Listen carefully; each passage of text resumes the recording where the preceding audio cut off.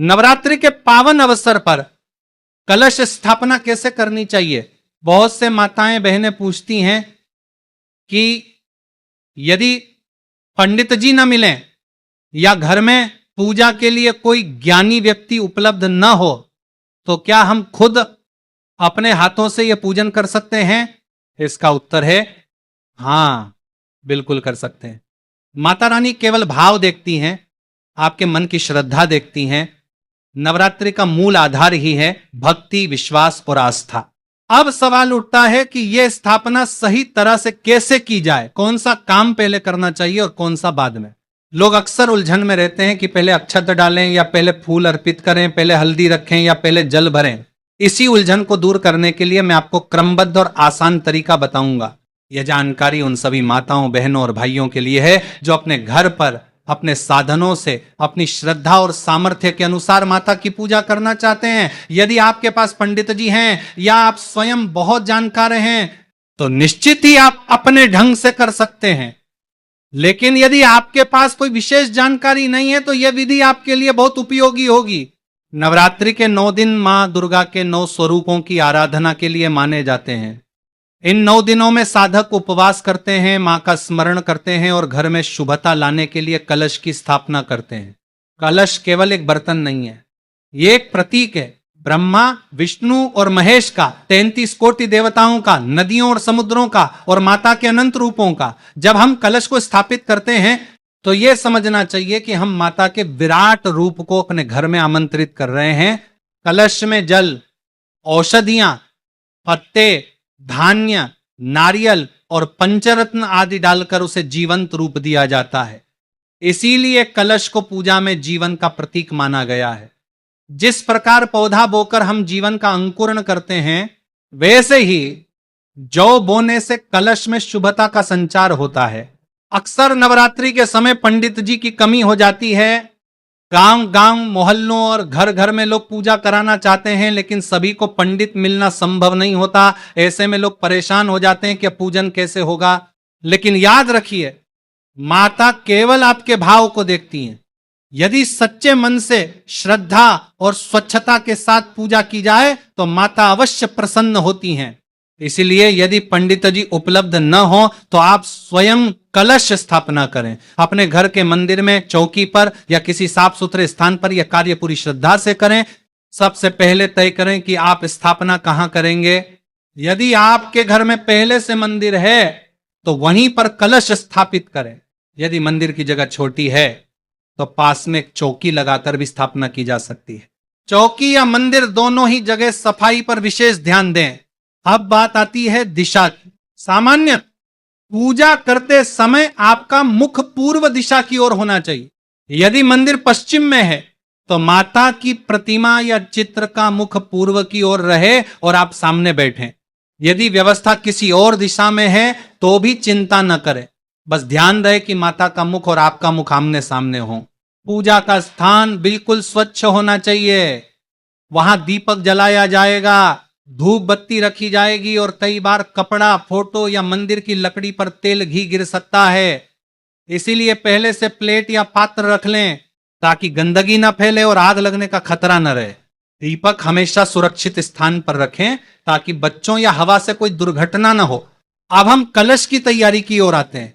कलश मिट्टी, पीतल या तांबे का हो तो सबसे अच्छा है। यदि यह संभव ना हो तो साधारण मिट्टी का कलश भी रखा जा सकता है, लेकिन ध्यान रखें लोहे और स्टील का कलश नहीं रखना चाहिए। कलश के लिए आपको कुछ वस्तुएं चाहिए होंगी। गंगा जल या शुद्ध जल, चंदन और रोली, हल्दी गांठ या पाउडर वाला ले सारे, दुर्वा, आम के पत्ते 9 पत्ते लेना है।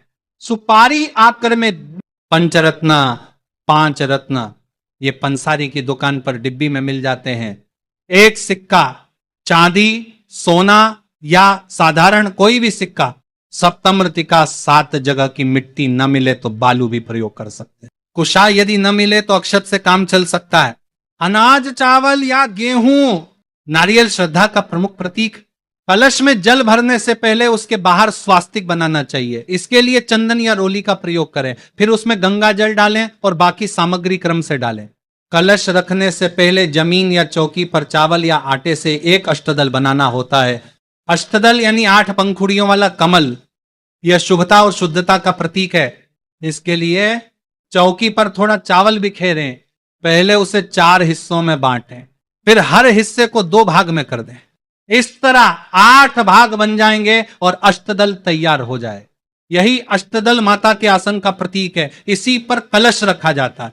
अब अष्टदल पर कलश रख दीजिए, पहले गंगा जल डालिए, फिर शुद्ध जल से कलश भर दीजिए।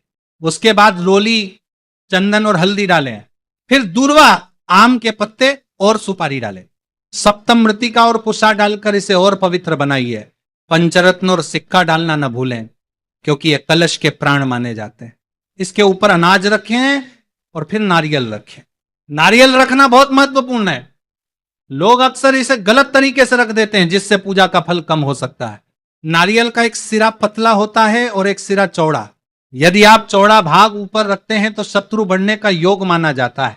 यदि पतला भाग ऊपर रखते हैं तो रोग और व्याधि बढ़ने की संभावना कही गई है। यदि चौड़ा भाग माता की ओर और पतला भाग अपनी ओर रखते हैं तो धन हानि का संकेत मिलता है। इसीलिए नारियल हमेशा इस प्रकार रखें कि चौड़ा भाग आपकी ओर और पतला भाग माता की ओर हो। इससे आपकी मनोकामनाएं शीघ्र पूर्ण होती हैं और पूजा सफल होती है। कलश के साथ दीपक भी आवश्यक है। दीपक को हमेशा कलश के दाहिनी ओर रखें। दीपक के नीचे प्लेट या पात्र अवश्य रखें ताकि घी या तेल गिरने पर गंदगी न हो। दीपक में शुद्ध घी का प्रयोग करें। यदि संभव न हो तो तिल के तेल का प्रयोग करें। सरसों के तेल का प्रयोग नवरात्रि में नहीं करना चाहिए। दीपक के पास भी स्वास्तिक बनाना चाहिए और उसमें थोड़ा अनाज रखकर दीपक को स्थापित करना चाहिए। कलश स्थापना के बाद अगला सबसे महत्वपूर्ण चरण है गौरी और गणेश जी की स्थापना। हिंदू धर्म की परंपरा के अनुसार किसी भी पूजन की शुरुआत गणपति और गौरी के बिना अधूरी मानी जाती है। गणेश जी को विघ्नहर्ता कहा जाता है। जब भी कोई शुभ कार्य किया जाता है तो सबसे पहले श्री गणेश का स्मरण किया जाता है ताकि पूजा बिना किसी रुकावट के संपन्न हो सके। गौरी माता को शक्ति और समृद्धि की अधिष्ठात्री माना गया है, इसलिए नवरात्रि में कलश स्थापना के साथ ही उनका पूजन भी आवश्यक होता है। गणेश स्थापना के लिए आप मिट्टी या धातु की छोटी प्रतिमा रख सकते हैं। यदि प्रतिमा न हो तो गणेश जी का चित्र भी पर्याप्त है। गणेश जी को चौकी या मंदिर पर कलश के पास रखें। उनके सामने दीपक और अक्षत अर्पित करें। रोली और चंदन से उनका तिलक करें और उन्हें दूर्वा चढ़ाएं। गौरी स्थापना के लिए छोटे से मिट्टी के कलश या पात्र में जल भरें और उस पर नारियल रखें। इसे गौरी का प्रतीक मानकर पूजन करें। कुछ लोग गौरी की प्रतिमा भी रखते हैं, लेकिन यदि आपके पास नहीं है तो नारियल ही पर्याप्त है। गौरी गणेश की स्थापना के बाद मुख्य पूजन का क्रम शुरू होता है। सबसे पहले हाथों में जल लेकर संकल्प करें। संकल्प का अर्थ है माता से अपनी प्रार्थना प्रकट करना और यह बताना कि आप किस उद्देश्य से पूजन कर रहे हैं।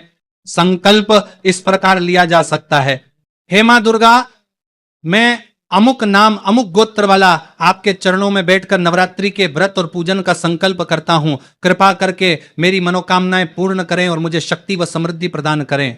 पूजन में प्रयोग होने वाली सामग्री को क्रम से अर्पित करना चाहिए। 1, सबसे पहले अक्षत चावल अर्पित करें। अक्षत को कभी अकेला न चढ़ाएं, पहले थोड़े से फूल रखें फिर उस पर अक्षत चढ़ाएं। 2, उसके बाद फूल अर्पित करें। फूल ताजे और सुगंधित होने चाहिए, मुरझाए फूल न चढ़ाएं। 3, आप चंदन और रोली से तिलक करें। 4, फिर हल्दी और कुमकुम चढ़ाएं। 5, इसके बाद दूर्वा और बिल्व पत्र यदि उपलब्ध हो अर्पित करें। 6, अंत में फल मिठाई या नैवेद्य अर्पित करें।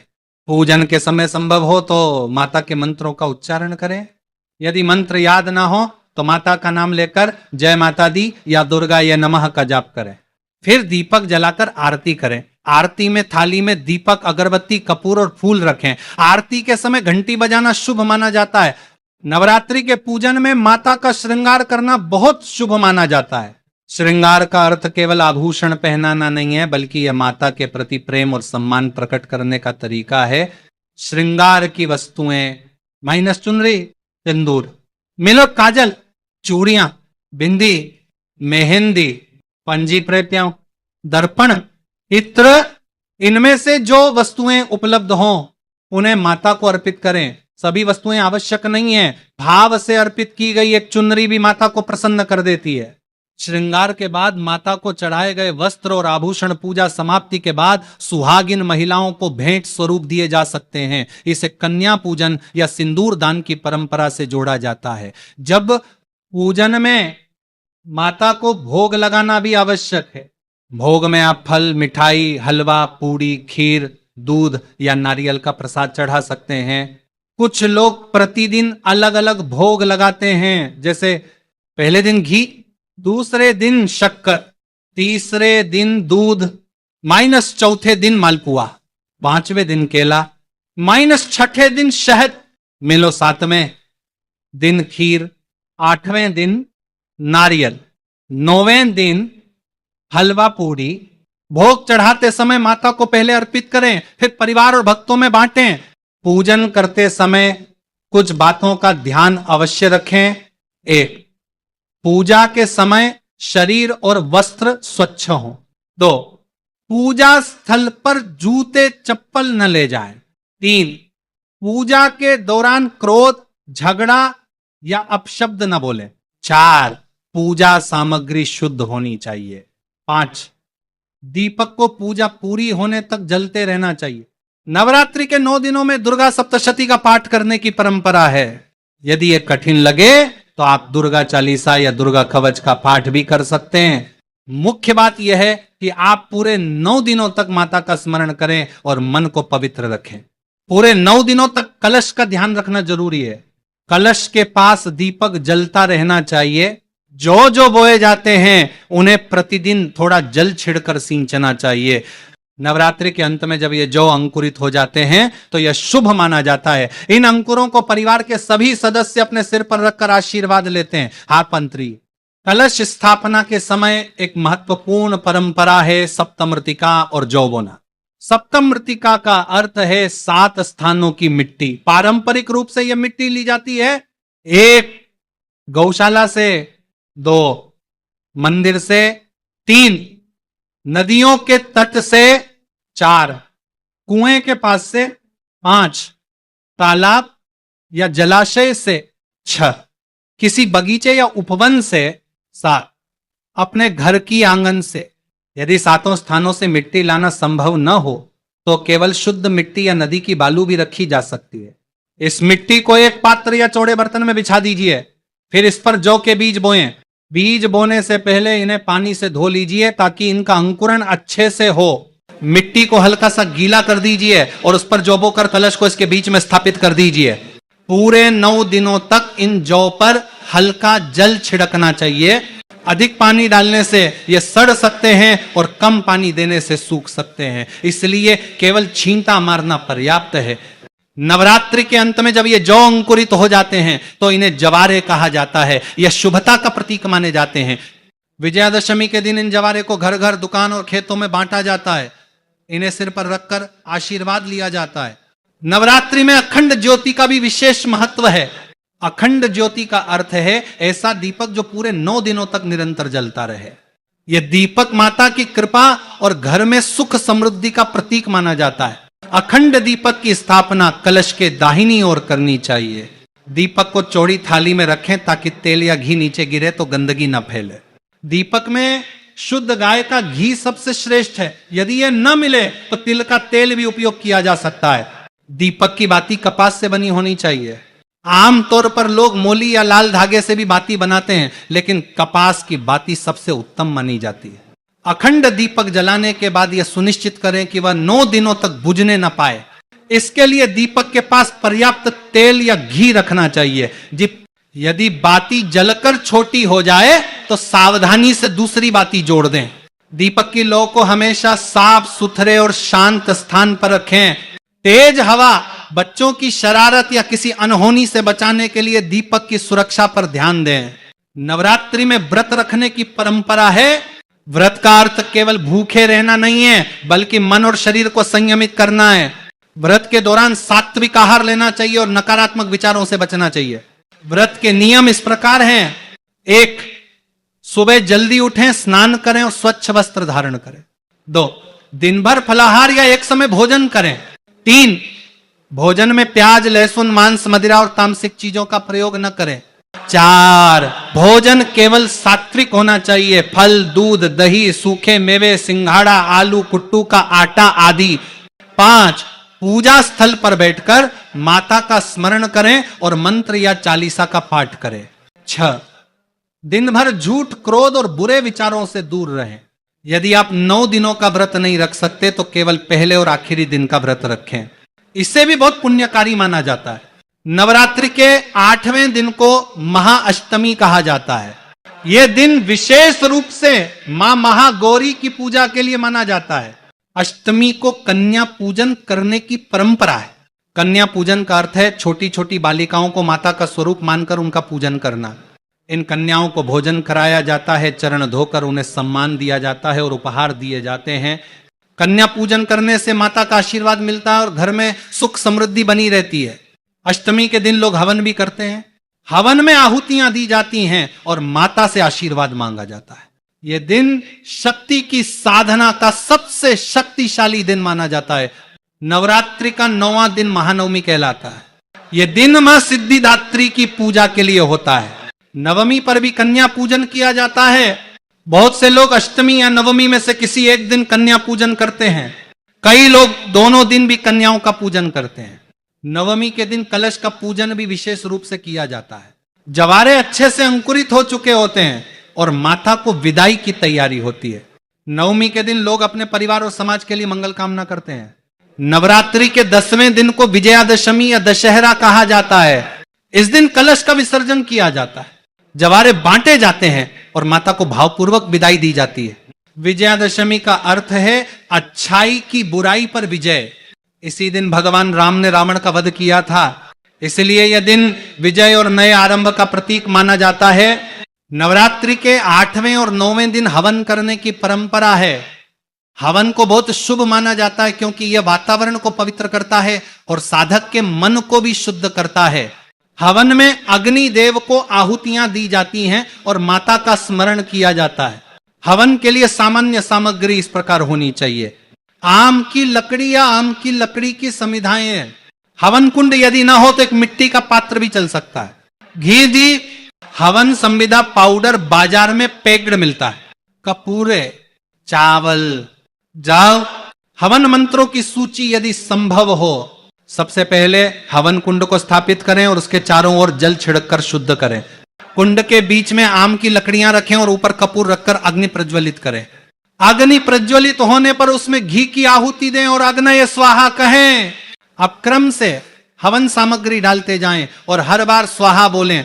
हवन के समय दुन दुर्गाये नमः स्वाहा मंत्र का उच्चारण सबसे श्रेष्ठ माना गया है। हवन की आहुति जितनी बार संभव हो उतनी बार दें, परंतु न्यूनतम 11 आहुतियां अवश्य दें। अंत में जल से आचमन कर हवन पूर्ण करें। हवन का महत्व यह है कि इसमें वातावरण की शुद्धि होती है और साधक के भीतर की नकारात्मकता भी जलकर समाप्त हो जाती है। अष्टमी और नवमी को कन्या पूजन करना नवरात्रि का सबसे महत्वपूर्ण हिस्सा माना जाता है। कन्याएं मां दुर्गा का ही स्वरूप मानी जाती हैं। विशेषकर 2 से 10 वर्ष की आयु की कन्याओं को आमंत्रित कर उनका पूजन किया जाता है। वो सबसे पहले घर को साफ करें और पूजा स्थल को सजा लें। पूजन से पहले कन्याओं के लिए आसन बिछाएं। भोजन की पूरी व्यवस्था पहले से कर लें। जब कन्याएं घर आएं तो उनके चरण धोकर उन्हें आसन पर बैठाएं। उनके हाथों में जल दें और विनम्रता से स्वागत करें। अब उनके माथे पर रोली और चंदन से तिलक करें। उनके पैरों पर हल्का सा अक्षत और फूल अर्पित करें। अब उन्हें चुनरी, बिंदी या चूड़ी जैसी कोई श्रृंगार की वस्तु अर्पित करें। भोजन में उन्हें पूड़ी, हलवा, चने और मिठाई खिलाएं। भोजन के बाद उन्हें दक्षिणा और उपहार दें। अंत में उनके चरण स्पर्श कर आशीर्वाद लें। कन्या पूजन करते समय यह मानना चाहिए कि स्वयं माता हमारे घर आई हैं, इसलिए पूरे आदर और प्रेम से यह अनुष्ठान करना चाहिए। नवरात्रि के 9 दिन पूरे होने के बाद दशमी के दिन कलश विसर्जन किया जाता है। यह माता को विदाई देने की परंपरा है। सबसे पहले कलश के सामने दीपक और धूप जलाएं और माता से क्षमा प्रार्थना करें। कहें, हे मां, यदि पूजा में कोई त्रुटि रह गई हो तो मुझे क्षमा करें और सदैव अपनी कृपा बनाए रखें। कलश के ऊपर रखा नारियल निकालकर अलग रखें, इसे बाद में प्रसाद स्वरूप उपयोग करें। कलश के जल को तुलसी के पौधे, पीपल के पेड़ या किसी पवित्र स्थान पर चढ़ा दें। जवारे अंकुरित जौ को नदी, तालाब या किसी स्वच्छ बहते जल में विसर्जित करें। यदि यह संभव न हो तो इन्हें घर के आंगन में या किसी पेड़ के नीचे रख दें। कलश के बर्तन को अगली बार पुनः प्रयोग में ला सकते हैं, इसे किसी अपवित्र स्थान पर न रखें। कलश विसर्जन के समय मन में यह भाव होना चाहिए कि माता हमारे घर से विदा हो रही हैं, लेकिन उनकी कृपा सदैव हमारे साथ रहेगी। नवरात्रि का पर्व केवल नियमों और परंपराओं का पालन भर नहीं है, बल्कि यह हमारे जीवन को अनुशासित और पवित्र बनाने का साधन है। पूरे 9 दिन माता की आराधना करके हम अपनी इच्छाओं को माता के चरणों में अर्पित करें। पूजा में दिखावा न करें, सरल और सहज ढंग से करें। माता भाव की भूखी हैं, साधन चाहे कम हो लेकिन भावना सच्ची होनी चाहिए। व्रत के दौरान